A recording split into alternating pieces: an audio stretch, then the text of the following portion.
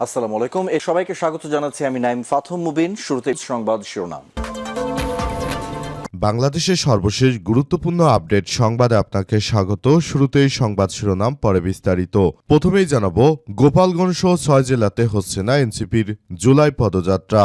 জুলাই আন্দোলনের দ্বিতীয় বর্ষপূর্তিতে সারা দেশে জুলাই পদযাত্রা শীর্ষক মাসব্যাপী কর্মসূচির ঘোষণা দিয়েছে জাতীয় নাগরিক পার্টি এনসিপি। তবে এই পদযাত্রার পথ নকশায় নেই 6টি জেলার নাম। জেলাগুলো হচ্ছে গোপালগঞ্জ, নরসিংদী, রাজবাড়ী, শরীয়তপুর, সুনামগঞ্জ এবং রাঙামাটি। দেশের 6 জেলায় পদযাত্রা কর্মসূচি না করার বিষয়ে এনসিপির দক্ষিণাঞ্চলের মুখ্য সংগঠক হাসনাত আবদুল্লাহ জানিয়েছেন, প্রথম ধাপে এনসিপির পক্ষ থেকে যে 100 উপজেলা এবং পৌরসভার প্রার্থী ঘোষণা করা হয়েছে সেই জায়গাগুলোতে পদযাত্রা করবে তারা। ধাপে ধাপে বাকি জেলাগুলোতেও তারা পদযাত্রা করবে।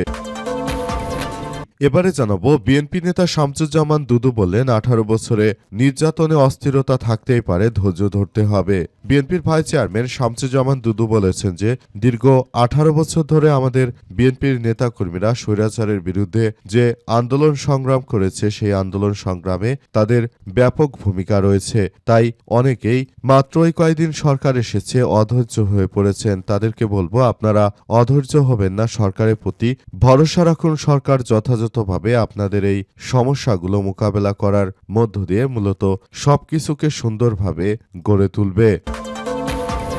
এদিকে সারা বাংলাদেশে আওয়ামী লীগের পার্টি অফিস আমরাই গুড়িয়ে দিয়েছিলাম বললেন ছাত্রদল সভাপতি রাকিব। সারা দেশে আওয়ামী লীগের পার্টি অফিসগুলো আমরা ছাত্র জনতারা পুড়িয়ে দিয়েছিলাম, আগুন জ্বালিয়ে দিয়েছিলাম। 4 আগস্ট ছাত্রলীগকে বিতাড়িত করার ক্ষেত্রে যাত্রাবাড়ি, শাহবাগ সহ সকল ক্ষেত্রে ছাত্রদল, যুবদল ও বিএনপির অগ্রভাগের ভূমিকা পালন করেছে বলে জানিয়েছেন ছাত্রদলের সভাপতি রাকিবুল ইসলাম রাকিব। এরপর জানাবো, হাত পা বেঁধে জামাত নেতাকে মারধর, টাকা লুটপাট। শেরপুরের নালিতাবাড়ি পৌর শহরে জাহিদ হাসান নামের এক জামাত নেতার উপর হামলা এবং মারধর করেছে বিএনপি। দুর্বৃত্তরা তার হাত পা বেঁধে এলোপাতাড়ি মারধর করে তার কাছ থেকে নগদ টাকা লুটপাট করে নিয়ে গেছে বলে জানা গেছে। এবং সর্বশেষ জানাবো, 12 অঞ্চলে ঘন্টায় 80 কিলোমিটার বেগে ঝড়ের আশঙ্কা, নদীবন্দরে আবারও 2 নম্বর সতর্ক সংকেত জারি। দেশের 12টি অঞ্চলের উপর দিয়ে ঘন্টায় সর্বোচ্চ 80 কিলোমিটার বেগে ঝড়ো হাওয়া বয়ে যেতে পারে বলে সতর্ক বার্তা দিয়েছে বাংলাদেশ আবহাওয়া অধিদপ্তর। একই সঙ্গে সব এলাকায় বৃষ্টি অথবা বজ্রসহ বৃষ্টির সম্ভাবনা রয়েছে। আজ ভোর 5টা থেকে দুপুর 1টা পর্যন্ত দেশের অভ্যন্তরীণ নদীবন্দরগুলোর জন্য প্রকাশিত পূর্বাভাসে জানা গেছে যে ঢাকা, ফরিদপুর, যশোর, কুষ্টিয়া, বরিশাল, পটুয়াখালী, নোয়াখালী, কুমিল্লা, চট্টগ্রাম, কক্সবাজার ও সিলেট অঞ্চলের উপর দিয়ে দক্ষিণ পূর্ব দিক থেকে ঘন্টায় 80 কিলোমিটার বেগে বৃষ্টি বা বজ্রসহ বৃষ্টি হতে পারে। পাশাপাশি ভারত বাঁধ ছেড়ে দেওয়ার কারণে বাংলাদেশের নদীগুলোতে হু হু করে পানি বৃদ্ধি পাচ্ছে। এর ফলে বাংলাদেশ চরম খারাপের দিকে পড়তে পারে বলে এমন আশঙ্কার কথা জানানো হয়েছে। প্রিয় দর্শক, এতক্ষণ শুনছিলেন সংবাদ শিরোনাম, এবারে বিস্তারিত। তবে তার আগে বন্ধুরা, অনুরোধ থাকবে এই সংবাদটিতে একটি লাইক দিন। এই চ্যানেলে আপনি নতুন হয়ে থাকলে আমাদের সংবাদটি দেখতে দেখতে চ্যানেলটি সাবস্ক্রাইব করে রাখুন। কমেন্ট করে বন্ধুরা আপনার মূল্যবান মতামত জানিয়ে দিন আপনি বিশ্বের কোন দেশ থেকে বা বাংলাদেশের কোন স্থান থেকে আমাদের সংবাদটি দেখছেন এবং শুনছেন। আর বন্ধুরা, সংবাদটি আপনার সোশ্যাল মিডিয়া ফেসবুকে শেয়ার করে বন্ধুদেরও দেখার সুযোগ করে দিন। আজকের এই সংবাদ সম্পর্কে আপনার মূল্যবান মতামত কমেন্ট বক্সে কমেন্ট করে জানিয়ে দিন। গাজা যুদ্ধে আপনি যদি নিরীহ ফিলিস্তিনিদের ভালোবেসে থাকেন বন্ধুরা, কমেন্টে ইয়েস লিখে পুরো বিশ্বকে আমাদের এই তাজা আপডেটটি দেখার সুযোগ করে দিন। এবারে বিস্তারিত। ছাত্রদল সভাপতি রাকিব বললেন, সারা বাংলাদেশে আমরাই আওয়ামী লীগের পার্টি অফিস পুড়িয়ে দিয়েছি। বিএনপি ছাত্রদলের সভাপতি রাকিবুল ইসলাম রাকিব জানিয়েছেন যে সারা বাংলাদেশে যখন জুলাই গণঅভ্যুত্থান চলছিল তখন কিন্তু আমরাই আওয়ামী লীগের বিভিন্ন জায়গায় পার্টি অফিস আগুন দিয়ে তারপর জ্বালিয়ে দিয়েছি। আমাদের কারণে কিন্তু আওয়ামী লীগ কোনোভাবে আর সংগঠিত হতে পারেনি। সুতরাং আমাদের ভূমিকা রয়েছে ব্যাপক। শিক্ষার্থীদের এই আন্দোলনের পেছনে আমাদের বিএনপির জাতীয়তাবাদী ছাত্র দলের ব্যাপক ভূমিকা রয়েছে। আমরা সেদিন বিভিন্ন জায়গায় অবরোধ করে বৈষম্যবিরোধী ছাত্র আন্দোলনের নেতাকর্মীদের সর্বাত্মকভাবে সহযোগিতা করেছিলাম। যদি আমরা বিষয়গুলো সেদিন না করতে পারতাম তাহলে হয়তোবা এই আন্দোলন সফল হতো না। আর আন্দোলন সফল না হলে সবথেকে ক্ষতিগ্রস্ত হতো বিএনপির সংগঠনটি। তিনি বলেন, বিএনপির নেতাদেরকে ধরে ধরে তারপর ফাঁসির রশিতে ঝুলানো হতো, কিন্তু আল্লাহ পাকের অশেষ রহমতে আমরা সেই যাত্রা থেকে রক্ষা পেয়েছি। আমাদের কারণে আওয়ামী লীগের নেতাকর্মীরা তারা মূলত আর কোনো কিছুই কার্যক্রম চালাতে পারছে না। মূলত আমরা যেভাবে সবকিছু নিয়ন্ত্রণ করেছি সেটা আমাদের জন্য অত্যন্ত গুরুত্বপূর্ণ একটি বিষয় ছিল বলে উল্লেখ করা হয়েছে। তিনি আরও উল্লেখ করেছেন যে, আমি মূলত এমন কিছু করতে চেয়েছি যেটা আমাদের সবার জন্য খুব ভালো বিষয় আসলে নিয়ে এসেছে এবং আমরা এই প্রক্রিয়ার মধ্য দিয়ে গিয়েছি বিদায় বৈষম্যবিরোধী ছাত্র আন্দোলনের নেতৃত্ববৃন্দরা তারা সফল হয়েছে। আমরা যদি যথাযথ সময়ে আসলে কোনো ধরনের কার্যক্রমগুলো না চালাতাম তাহলে হয়তো সেদিন আর আন্দোলন কোনোভাবে সফল হতে পারত না। সুতরাং আমাদের যে ভূমিকা রয়েছে সেই ভূমিকার বিষয়গুলো অবশ্যই তাদেরকে দেখভাল করতে হবে। হাত পা বেঁধে জামাত নেতাকে মারধর করে টাকা লুটপাট। শেরপুরের নালিতাবাড়ি পৌর শহরে জাহিদ হাসান নামের এক জামাত নেতার উপর হামলা এবং মারধরের অভিযোগ উঠেছে। দুর্বৃত্তরা তার হাত পা বেঁধে এলোপাতাড়ি মারধর করে নগদ টাকা লুটপাট করে নিয়ে গেছে বলে অভিযোগ উঠেছে।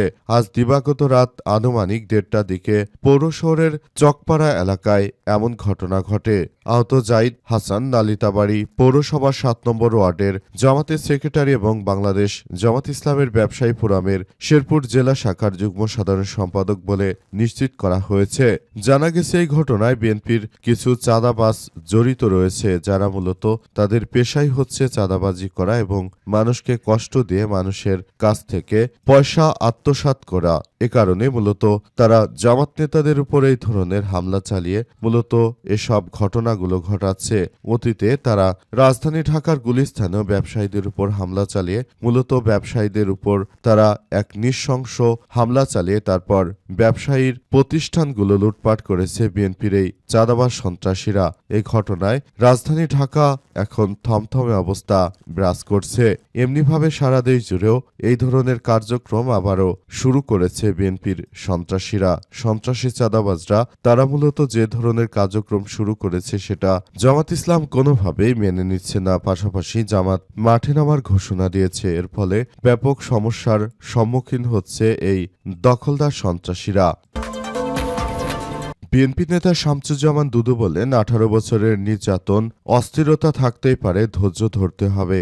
বিএনপির ভাইস চেয়ারম্যান শামসুজ্জামান দুদু বলেছেন, দীর্ঘ 18 বছর আন্দোলন সংগ্রাম এবং নির্যাতনের কারণে বিএনপির নেতাকর্মীদের মধ্যে অস্থিরতা থাকতে পারে, তবে ধৈর্য ধরতে হবে। একই সঙ্গে বর্তমান সরকারকে দক্ষতা ও ধৈর্যের সঙ্গে সমর্থন দেওয়ার আহ্বান জানান তিনি। আজ জাতীয় প্রেস ক্লাবে জহুর হোসেন চৌধুরী হলে জাতীয়তাবাদী কর্মজীবী দলের উদ্যোগে অসুস্থ 3 প্রবীণ নেতা মির্জা আব্বাস, নজরুল ইসলাম খান ও ব্যারিস্টার রফিকুল ইসলাম মিয়া এবং জুলাই আগস্ট আন্দোলনে আহত ব্যক্তিদের আরোগ্য কামনায় আয়োজিত দোয়া মাহফিলে এসব কথা জানান তিনি। দুদু বলেন, আমাদের 3 জন প্রবীণ জননেতা মির্জা আব্বাস, নজরুল ইসলাম এবং ব্যারিস্টার রফিকুল ইসলাম মিয়া অসুস্থ হয়ে চিকিৎসাধীন। তাদের আরোগ্য কামনার জন্য আজকের এই দোয়া মাহফিল অনুষ্ঠিত হয়েছে।